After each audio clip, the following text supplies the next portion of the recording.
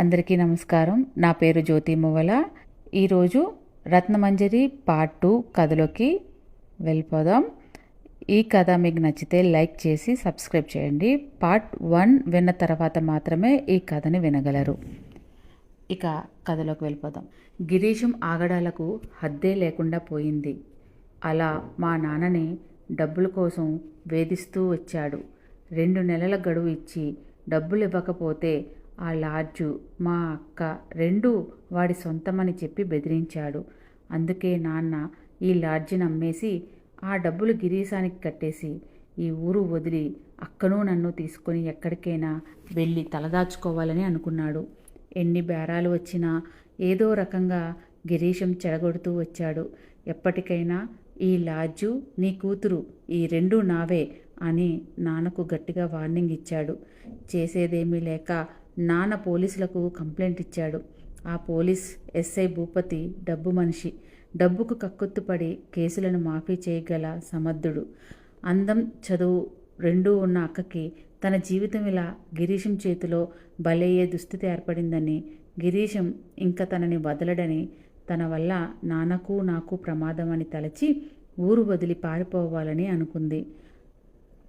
ఆ రోజు రాత్రి ఎవరికీ చెప్పకుండా అందరూ పడుకున్నాక అక్క నిశ్శబ్దంగా లేచి బయలుదేరింది. అక్క అనుకున్నట్టే వెళ్ళిపోయి ఉంటే తనకి ఈరోజు ఈ దుస్థితి వచ్చేది కాదు. ఎలా వాడి చేతికి చిక్కిందో తెలియదు. వాడు మనిషి ముసుగులు వేసుకున్న మృగం. మా అక్కనే కాదు, ఈ ఊరిలో అందంగా ఉన్న ఏ ఆడపిల్లని వదలలేదు. వాడొక నరరూప రాక్షసుడు అంటూ ఏడ్చాడు ఆ పిల్లాడు. ఈ ఊర్లో మా ఇంగ్లీష్ టీచర్ శశికళ, ఆమె ట్రాన్స్ఫర్ అయ్యి మా ఊరు వచ్చింది. ఆవిడ చాలా అందంగా ఉండేవారు. ఆవిడ లెసన్ చెప్తే అందరూ ఆమెను చూసి తన్మయత్వంలో అలా ఉండిపోయేవాళ్ళు. అంతటి అందం ఆమెది, అంత చక్కటి స్వరం కూడా. వచ్చిన కొత్తలో ఆమెకి ఉండటానికి ఇల్లు మరియు స్కూల్లో సదుపాయాలు కల్పించాలని ప్రెసిడెంట్ని అడగడానికి వెళ్ళింది. ఆమెకు తెలియదు కదా వాడు మానవ రూపంలో తిరుగుతున్న మృగమని. ఆ రోజు ఆమెను చూసిన వెంటనే వాడిలో మృగం మేల్కొంది. కానీ అనుమానం కలగకుండా మంచిగా మాట్లాడి చెప్పినవి అన్నీ, కావలసినవన్నీ సదుపాయాలు కల్పిస్తానని నవ్వుతూ నమ్మబలికాడు. ఏదో వంకతో రోజు ఆమెను కలవటం మొదలుపెట్టాడు.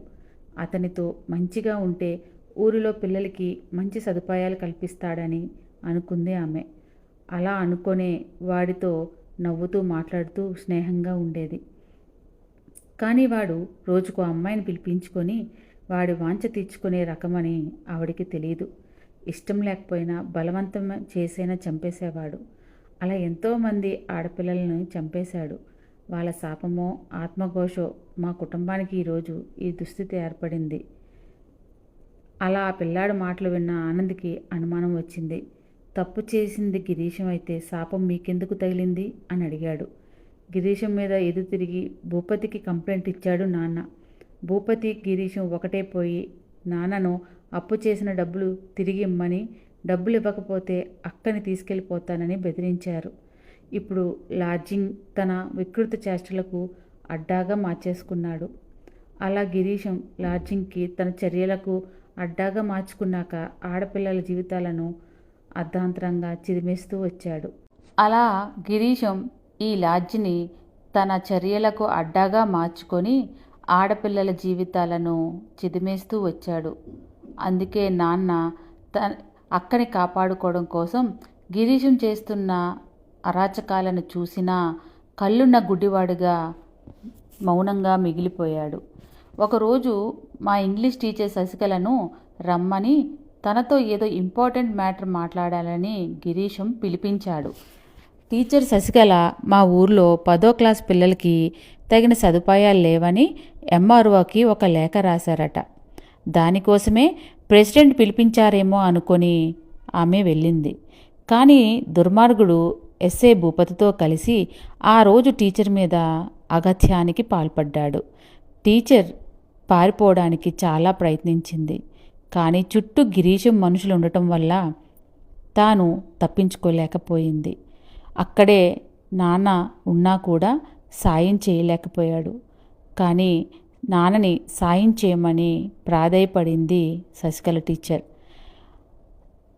మనసులో సాయం చేయాలని ఉన్నా కూడా చేయలేని స్థితిలో నాన్న నిలబడిపోయాడు. ఎందుకంటే అప్పటికే వాడి చేతిలో అక్క బందీగా ఉంది. తనను వదలమని, ఈ ఊరి వదిలి వెళ్ళిపోతానని, తనని నమ్ముకొని తనకు ముసలి తల్లిదండ్రులు ఉన్నారని శశికళ టీచర్ గిరీశం కాళ్ళు పట్టుకొని ప్రాధేయపడింది. అయినా కూడా గిరీశం వదల్లేదు.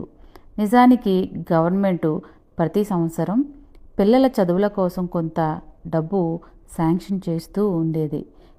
కానీ గిరీశం ఆ డబ్బును తినేసి పిల్లలకి ఊళ్ళో కార్యక్రమాలకి, రోడ్డు వేయడానికి కూడా నిధులను ఇచ్చేవాడు కాదు. ఇప్పుడు టీచర్ అమ్మ ఎంఆర్ఓకి కంప్లైంట్ ఇవ్వడం వల్ల ఆ లెక్కలు చెప్పాలని గిరీశానికి నోటీస్ పంపించాడు మా ఊరు ఎంఆర్ఓ. ఇప్పుడు టీచర్ అమ్మ బతికుంటే ఈ ప్రెసిడెంట్ గుట్టంతా రట్టవుతుందని భూపతితో కలిసి ఆమెను చంపేయాలని పథకం వేశాడు. ఎలాగూ చంపేస్తున్నాడు కనుక తన వాంఛ తీర్చుకొని చంపేయాలని అనుకున్నాడు గిరీశం. అలా ఆ టీచర్ని చంపేశారు. ఆమె చావును చూసిన నాన్నని, మళ్ళీ ఇక్కడ పనిచేస్తున్న రాంబాబుని కూడా సాక్ష్యం లేకుండా చంపేశారు. ఎవరికీ కనబడకుండా ఇదే లాడ్జ్ వెనకాతల ఉన్న ఖాళీ స్థలంలో ముగ్గురిని కప్పెట్టేశారు. అలా నన్ను అక్కని అనాథలుగా చేశారు. మిగిలిన భాగం నెక్స్ట్ పార్ట్లో చూద్దాము.